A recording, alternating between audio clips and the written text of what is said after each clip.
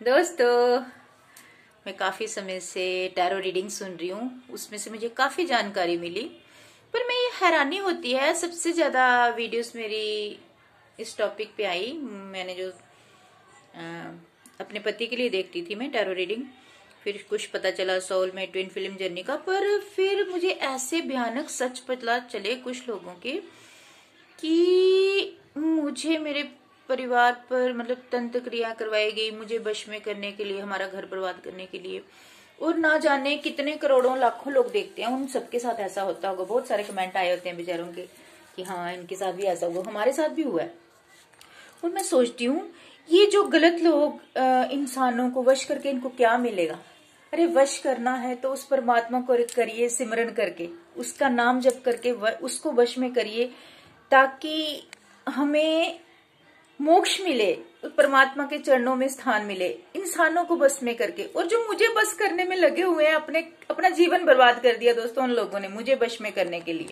जब से मेरी जटाएं बनी है, जब से उनको पता चला ना कि मेरे भीतर माँ आदि शक्ति के रूप हैं, तो मुझे बश में करने के लिए, मेरा घर बर्बाद करने के लिए क्या क्या नहीं किया उन्होंने। और काफी हद तक मेरा घर बर्बाद कर भी दिया। पर मैं यही सोचती हूँ, ना जाने मेरी तरह कितने लोग दुखी हैं धरती पर। और ये गलत क्रियाएं करने वाले पता नहीं कहाँ से आते हैं, ये लोग करने और करवाने वाले तांत्रिक।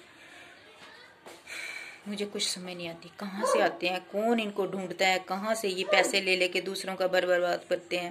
बेटू हाँ, एक मिनट आती हूँ। हाँ, मेरे बेटे को भी ऐसे ही किसी ने तंत्र क्रिया करवाई थी, बाहर रहती थी जब मैं, तब भी बताया था किसी ने इस पे बंगाली जादू की है। और मेरा तो जीवन ही इन क्रियाओं से बर्बाद कर दिया, अपनों ने कुछ बेगानों ने।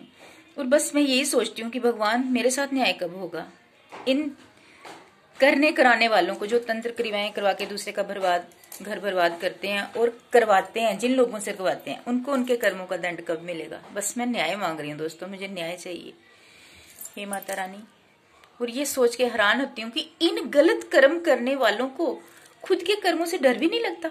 इनको ये पता नहीं चलता जब यही चीजें इन पर पलटवार करेंगी, जब भोले बाबा का थर्ड आई चक्रा त्रिशूल इन्हीं की चीजें वापस इन्हीं पे लौटाएगा। त्रिशूल इधर त्रिशूल, हाँ, तो फिर इन लोगों का क्या होगा। फिर इनको भागने की जगह भी नहीं मिलेगी। हे शिव शक्ति, सब कुछ वापस लौटा दो उन्हीं पर, जिन्होंने मुझ पर, मेरे घर पर काली तंत्र क्रियाएं करवा के मेरा घर बर्बाद किया। 1000 गुना होकर उन्हीं पर वापस लौट जाए, तुरंत तुरंत तुरंत। और मेरे भक्तों को, जहाँ जिनको भी दुनिया में सताया जा रहा है इस तरह से, उनकी भी रक्षा करना भगवान।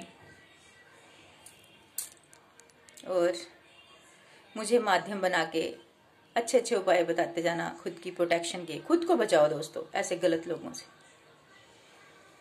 कुछ नहीं मिलता इन लोगों को, लेकिन फिर भी ये दूसरों का घर बर्बाद करके पता नहीं क्यों खुश होते हैं। क्या मिल जाएगा इनको?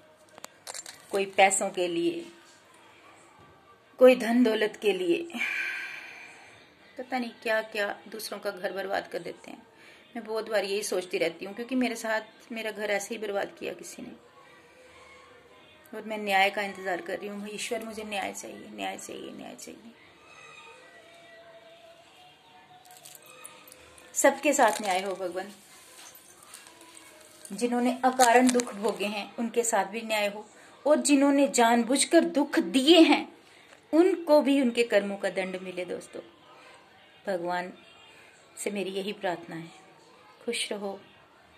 पता नहीं कभी कभी मन इतना उदास हो जाता है ना, जब मैं अपनी पास्ट लाइफ के बारे में सोचती हूँ ना। कभी मैंने सोचना नहीं चाहती, पर फिर भी सोच आ जाती है, कि वीडियोस आ जाती है ना सामने ऐसी कि अभी भी तंत्र क्रियाएं करवाई जा रही हैं मुझ पर, मेरे परिवार पर, घर के बाहर के, पता नहीं कितने लोग इस तरह की क्रियाएं करा के क्या मिलेगा उनको मेरे से। कोई किसी की शक्तियां नहीं खींच सकता। खींची होगी कुछ देर के लिए, पर ईश्वर जब वापस लौटाना चाहे तो वो लौटा देते हैं, क्योंकि अपनी भक्ति की शक्ति हमारे हाथों में ही रहती है। और हाँ, ये भी सुनने में आता है कि भक्ति चोर भी होते हैं लोग, भक्ति चुरा लेते हैं, शक्ति चुरा लेते हैं। और मेरे साथ भी ऐसा हुआ। मेरी भी आज तक की भक्ति और शक्ति कहाँ गई कुछ पता नहीं चला।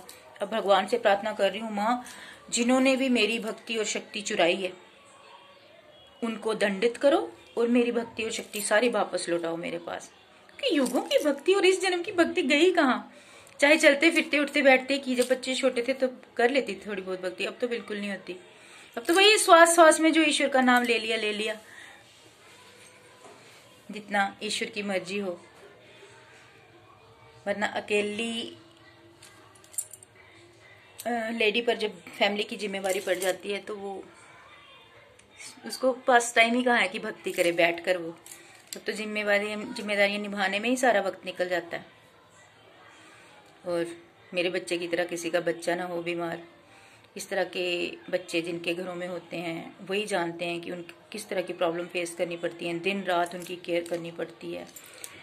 सेवा 24 घंटे का पहरा होता है। टाइम टाइम से खिलाओ पिलाओ नहलाओ, वॉशरूम जाएं तो उनको खुद केयर करो।